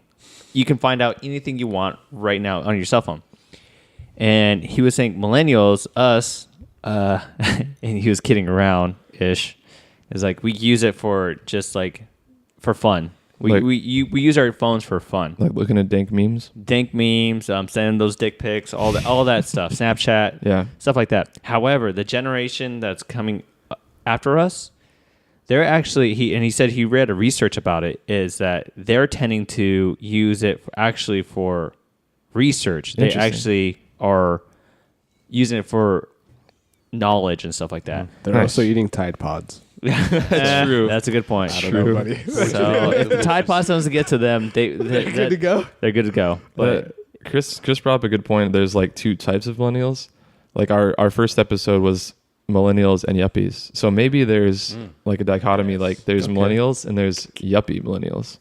That's a good point. Because most of our friends are kind of like us, where we research things, we think about things, we don't make emotional and rash decisions. So maybe just like being a professional is kind of Yeah, I think a separate generation in itself. Yeah. I think it's kind of cool. Like in our group of friends, there's not one that we have to babysit. There's not one that we always have to look after. Like I like just to look me, after Ruben. just me. I'm a little special. No, but if Ruben as his own person, and I'm not singling you out, you could handle your own for sure. No. Depends on how much you've been drinking. Yeah. But Thank you. it's just there's no one. Rumplements. And I think we all make that calculated step forward. It's we're not trying to ruin anyone else. It's I don't know. Yeah. I think you're a millennial, right? Like this just clicked. That's for your me. label. You're a millennial. You make those calculated risks. You start advancing in life, and you become a yuppie. Ooh. All right. Ooh. Do you see what I'm saying? I Because see. you have to do all those kind of things to even become a young professional. Right. Yeah. I kind of don't like calling a yuppie, like a professional. Yeah. Because it's kind of different. Like I've been talking to people on Facebook trying to get them to, get interested in our show. Mm-hmm. And I wanted to have one guy on that is not quite a professional, quote unquote. Okay. He's like, oh, maybe when I become a professional, I'll come on your show. I'm like, no, dude, like you have a good head on your shoulders. You know what you're talking about. You can give good advice about things. Yeah. It's like, I don't want to label us as professionals just because of our job or whatever. Like Right. a yuppie is just, I feel like it's someone that's generally level-headed and has a good head on their shoulders I like that, Joey. I like that a lot. without like labeling people, Yeah. I like that a lot. And I don't want to not include people in this podcast just because they don't have a professional job, you know? No, I think we include every job. I think everyone has their own like career path, and everyone does their own thing. The biggest thing is like career, as in what do you want, and are you going for it? That's Chris said it best. Like a yuppie is someone that has goals. That's yeah. I almost think that's a better definition than just a professional. Can we like redo our first episode and just like our yuppie definition is, and just put Chris's for my voice. Blurred down. yeah. Hilarious. But, As I guess also as if people keep continuing to listen to this podcast episode by episode, I think our ideas are always going to change. Also, like Sure. like Yeah. we're learning as we go through this. yeah, we're playing life by ear. Yeah, man. and that is life. You just Yes. learn it as you go. You learn, you fail, you grow. It's Yeah. rinse and repeat. So you So, become an adult. but Yeah. what do you do for like having being sane, like having good mental health and being in good standing. What do you do for fun? Yeah, basically. What do I do? What does your Bumble profile say? Hit me up, ladies. Dude, like I think about this all the time. Like day to day, I'm like, days pass, right? Yeah. What the hell do I do? When I was in like the best mental state, and I say that because I think working out is the best thing Yes. for you to do. And We touched base on this. We that I love think that. keeps a person the most sane. I need to get back to the gym. So I picked up running recently. interesting. I was just lifting and stuff like that, but I kind of started running and Like running outside or just on a treadmill? on a treadmill. Okay. Dude, do you I want to like like it. I want to run around the neighborhood. I know like exactly a mile. Uh-huh. We should just after work just go for like a 1 or 2 mile run. I'm game. Dude, you're picking the wrong time of year. Yeah, or whatever. Dude, it's how you sweat the weight off. Exactly. Yeah, what? Wait. Come on. That's how he sweats the alcohol out. There you That's what it is. go. Yeah. There you go. So I think to keep your sanity is, Not giving advice, just what you do. Like what yeah. sorry. So what I believe in is just kind of keep your body healthy too. Eat the right things. I think a diet keeps you mentally sane. So yeah. I kind of need to preach what I say here. Yeah. Dude, You also play go ahead. I was going to say it's just crazy because that's exactly like what we've talked about. We had a whole episode about that. Oh, yeah, it's all on page. Yeah. It's funny how like people in our friends group are all like in the same Yeah, it's similar. same thought process. Yeah. All right. But you also play kickball with us on Fridays. Those are Do you fun. enjoy Those are that fun or times. Dude, like last few weeks, like I've been like lighting it up. I don't know why. I haven't been wearing my cleats. Oh. The cleats are killers. except for that error you had? Okay. I'm just kidding. I had one too. Edit that out. I had one too, but No, like kickball's fun, and I think hanging with friends is the best thing you could do. I love hanging out with friends. I just like talking the shit, Yeah. drinking. Yeah. It's the main thing, right? Just shooting the shit is like Yeah. the best thing. Friends is a very important thing. I mean, like you can go to them and be like, I don't know. how do you buy a house? How do you buy a house? Or you could just say, work was this today. Or, I mean, yeah, they're the shoulder to lean on. It's a support system. Everyone I needs a love- little support system. You know what I love about her? Like what I love about our group of friends is there's no drama. Yeah, we talked about it too. Like we're kind of a weird circle where we don't put people down. There's no one we have to pick up, and there's no issues. Is that a millennial thing? Not to put people down? I don't think so, dude. No? Dude, Okay. those dank memes put people down. You also play video games with us too, I've been getting into that. occasionally. Yeah, Yeah. You been on that Fortnite, dude? Dude, I'm now cross platform. Oh, sorry. That was loud. it was loud. It's just fun, something to do. Speaking of like friends and friends groups, we had a whole episode on relationships, not just romantic, but also like friends. We call and it work. chips, right? Ship hat like hashtag Hashtag. apostrophe ships. Ships. Yeah, Okay. yeah. Not They like sailed away. not like the Mayflower, but Or the Santa Maria. yeah. But so like having a friend group is and good relationships with other people Right. is kind of imperative to physical, mental, general health.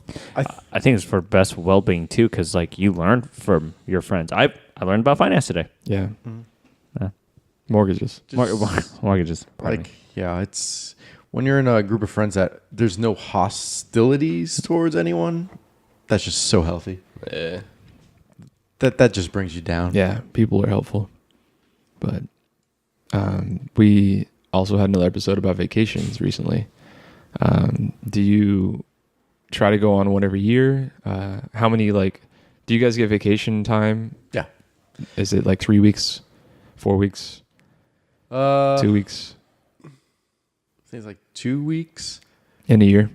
something like that. Okay. Like, okay, so But you guys also get every holiday because anytime the stock market's closed, you guys. so we get those federal holidays. Did you have I love it. Good Friday off? No. Okay. No Catholic holiday. But I thought the stock market was closed. it was it? I don't think it was. No, I swear it open. was. I know someone that was off on Friday. This guy. Or who was? I just tell them I'm super religious, guys. I'm out. When are we going to church tomorrow? Yeah. There you go. For anyone listening from where he works, he's just kidding. By the way, as a disclaimer. if you tell people about our podcast at your work, I did, and everybody's super excited about it. we'll get them to like the page or sign up. Yeah, I need to send out the Take action. I don't know. So we'll talk about it afterwards. Okay. Yeah. All right. Yeah. Okay. So Chris, we vacations. Yeah, Oh, we would also like if you could like spread the word about if you enjoy talking on this, Oh, yeah. and if I'm sure you would like listening to what we talked about, just spread the word, like let people know about it. Yeah, I've been telling people at work, I'm getting interviewed on like mortgage stuff. Like, what? No way. I'm sure they want to listen to it. Chris, so you get like made fun of at work. We want you to spread your seed around. Dude, my seed will be spread. All right, then. I'm scared. But yeah, vacation. I like to do a vacation like once a year. A big one, like a week. Yeah, I need a week away. It's funny because we were talking about that, and Ruben says that he feels awkward or like weird taking a week off. Yeah. From work. Dude, I do too. You right? Really? I do too. Yeah. When I get back to work, I'm like, fuck, what did I miss? You know? I don't like the feeling coming back to work. Joey's the only person in the world that I know that doesn't have anxiety, dude. Yeah, I don't understand it. He has zero anxiety. Nothing to worry Oh, about. It's so crazy. I guess. Don't Well, worry. I guess like, what's your anxiety going to be about if you had it? I don't know. I don't have any. Well, like with your job. Well, no, I mean, like they talk about things like work or money or socially or whatever. Like, you know, I've got my money in order. Work. I always think of what is the worst thing that can happen. Okay. So at work, the worst thing that happens, I get laid off. Oh. I find another job, right? What am I worried about? Like the project doesn't get done. It always gets done one way or another. You don't worry about if something was to fail and someone was to get hurt? Honestly, no, because like I do my due diligence to make sure it's right and safe. I do too, but like at the same time, like it's like there's I think that's a confidence issue. ouch. Ouch. I don't know. Dude, if you're confident in your calcs, nothing's gonna fail. Sweating right now, guys. Well, I'm done for the day. You guys enjoy the rest of the podcast. I'll turn this off. Just talked about not putting friends down. Yeah. Wow, yeah. Oh man, I don't know. I think it just comes with the job that you have. It's Yeah. if you're confident in it. Sorry, Ruben. It's just kidding. It's okay. I don't know. Like when I leave from my job, it's like, what did I miss? Because I deal with loans and they don't close in a week. Yeah. If I leave a loan, it's gonna be there when I come back. Right. Unless I take a month. So off you or don't have something. any you don't have any stress or anxiety about work. Oh no, there is stress. There is stress. Because like how I think about it is, I'm not a salesperson. I'm there to get the loan closed. If it doesn't close, I think of the families that they don't have the house. They can't move in when they want to move in. They're out money that they can't get back. So there is a like stress level in my job, because there's no barrier in between me and my client.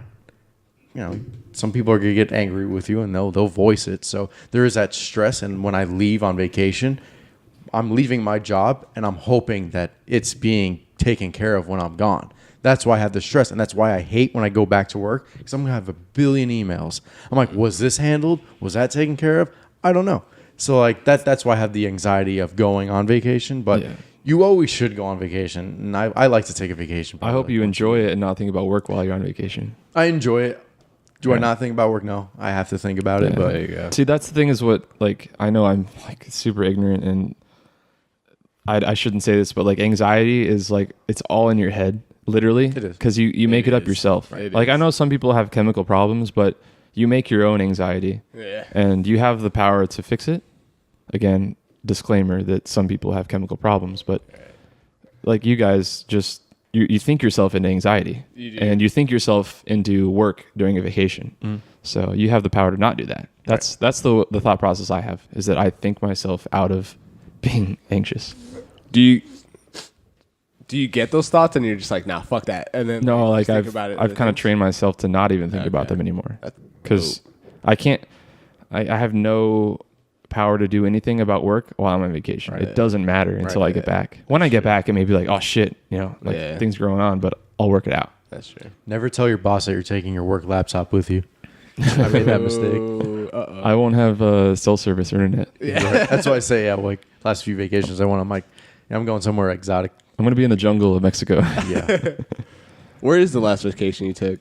I went to Cabo. Ooh, That how was a nice week. Oh, dude, it was like because we went during the perfect time of year. Like it was like right after spring break. So I would like to be there during the spring break time, but it was still in that perfect weather. It wasn't super crazy busy. It was just a good time. It's good. Just eating, drinking, hanging out by the beach. Did you take a?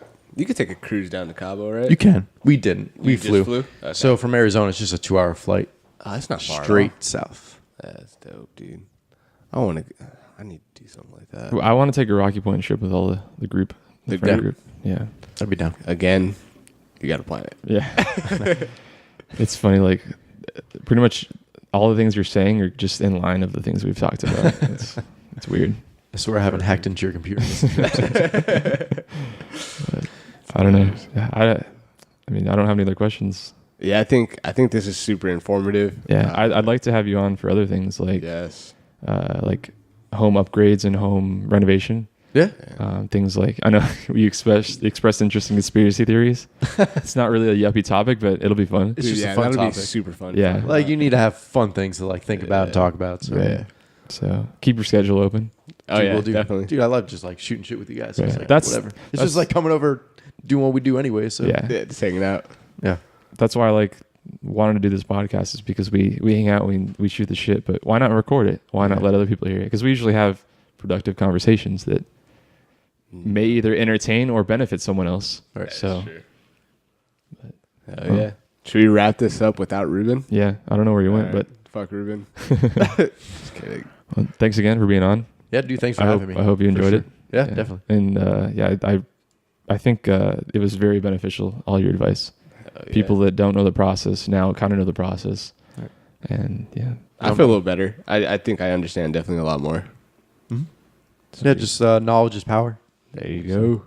be a yuppie. Yup. Yes, sir. Yup life. Thanks for tuning in to the Yup Live. If you enjoyed it, leave us a rating and a review on iTunes, or just follow us at the Up Life Podcast. We're on Facebook, Twitter, YouTube, iTunes, and Google Play Music. Stay yuppie.